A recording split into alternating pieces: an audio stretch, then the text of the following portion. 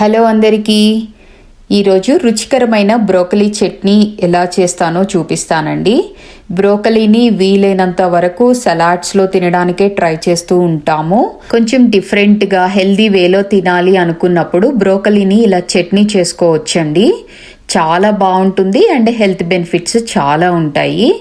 మనం బ్రోకలీని ముందే తెలుసుకున్నాం కదండి, ఇదివరకు సలాడ్ చేసినప్పుడు. ఇది న్యూట్రియంట్ పవర్ హౌస్ అంటాము. ఇందులో చాలా న్యూట్రియంట్స్ ఉంటాయి మన బాడీకి కావాల్సినవి. సో మన మీల్లో రెగ్యులర్గా బ్రోకలీని వాడడం వల్ల చాలా మంచిది. సో నేను ఈరోజు చట్నీ చేస్తున్నాను. నేను ఎక్కువ వెసల్స్ యూస్ చేయనండి, వీలైనంత వరకు రీయూస్ చేయడానికి ట్రై చేస్తూ ఉంటాను. సో పచ్చడికి ఫ్రై చేయడానికి ఆ వెసల్లోనే ముందు తాలింపు వేసుకుని పక్క గిన్నెలో సర్వింగ్ గిన్నెలో పెట్టుకుంటాను. సో ముందు తాలింపు వేసుకోవడానికి పెట్టాను. తాలింపు వేసేసుకుని తర్వాత మళ్ళీ అదే బౌల్లో ఇప్పుడు చట్నీకి కావలసినవి 2 స్పూన్లు పచ్చెనపప్పు, 2 స్పూన్లు పొట్టు మినపప్పు, 2 స్పూన్లు ధనియాలు, 1 స్పూన్ జీలకర్ర వేసుకున్నానండి. ఇవి మంచిగా ఫ్రై అయిన తర్వాత ఒక 10 పచ్చిమిర్చి, ఒక 10 ఎండుమిర్చి వేసుకున్నాను.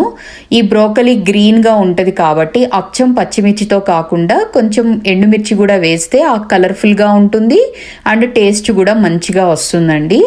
అలా ఫ్రై చేసుకున్నాను. అవి ఒక గిన్నెలోకి తీసేసుకుని ఇప్పుడు బ్రోకలీని వేసాను. బ్రోకలీ త్వరగా ఉడకడం కోసం కొంచెం సాల్ట్, కొంచెం పసుపు వేసుకున్నాను.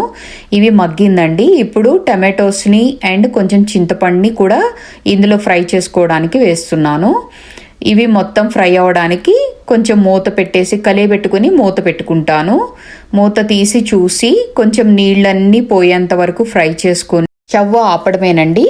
ఇది చల్లారిన తర్వాత ముందుగా పప్పులు, ఎండుమిర్చి, పచ్చిమిర్చి వేసుకుని మనము మిక్సీ వేసుకోవాలి. అది కొంచెం మంచిగా నలిగిన తర్వాత ఈ బ్రోకలీ మిశ్రమాన్ని కూడా మిక్సీ జార్లోకి వేసుకుని కొంచెం ఒక 2 మినిట్స్ చేస్తే చాలండి. అప్పుడు మనము రోట్లో చేసిన కన్సిస్టెన్సీ వస్తుంది, మెత్తగా చేయనక్కర్లేదు.